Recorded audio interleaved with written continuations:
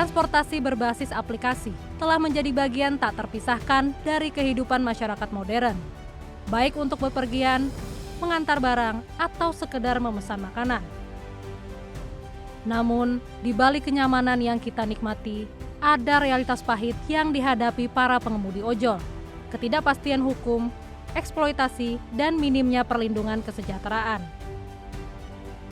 Komisi 5 DPR RI tengah mengupayakan revisi Undang-Undang Lalu Lintas dan Angkutan Jalan untuk mengakomodasi keberadaan transportasi daring yang selama ini berjalan dalam zona abu-abu regulasi.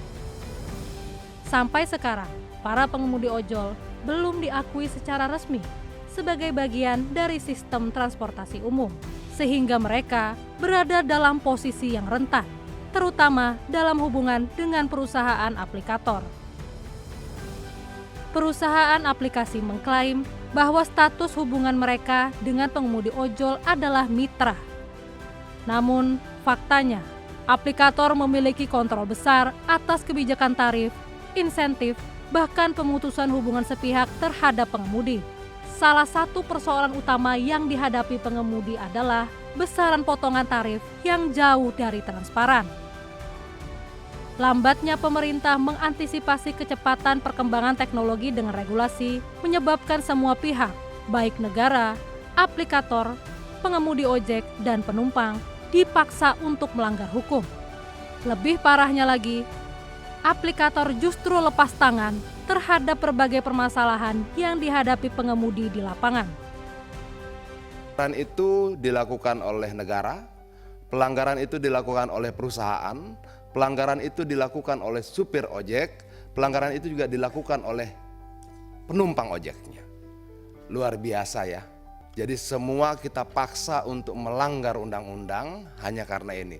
Tapi dalam konteks kehidupan bernegara memang selalu terjadi seperti ini. Dinamika teknologi jauh lebih cepat dibandingkan kemampuan negara menyesuaikannya dalam peraturan perundang-undangannya. Walaupun sebenarnya peristiwanya sudah sangat lama, 15 tahun. Inilah mengapa revisi Undang-Undang Lalu Lintas dan Angkutan Jalan menjadi sangat penting. Anggota Komisi 5 DPR RI berulang kali menyatakan dengan tegas bahwa undang-undang yang ada saat ini gagal mengakomodasi realitas transportasi berbasis aplikasi.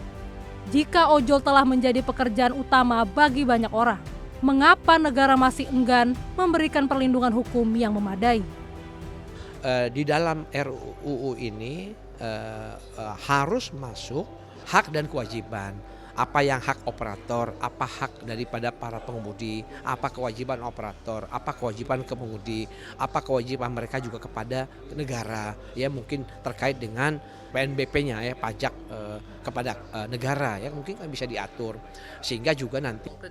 Iya, karena sistem yang ada di aplikasi ini belum diatur dalam undang-undang. Ini hanya diatur di setingkat kementerian. Jadi yang sifatnya bisa melakukan sanksi itu harus melalui undang-undang. Sementara undang-undangnya belum ada. Transportasi daring telah menjadi kebutuhan dan para pengemudinya telah menjadi tulang punggung ekonomi digital.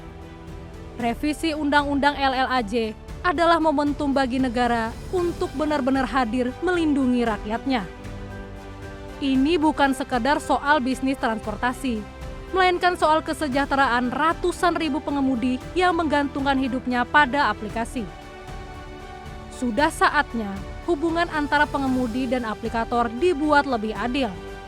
Sudah saatnya negara memastikan bahwa mereka yang bekerja keras di jalanan setiap hari mendapatkan haknya sebagai pekerja yang bermartabat.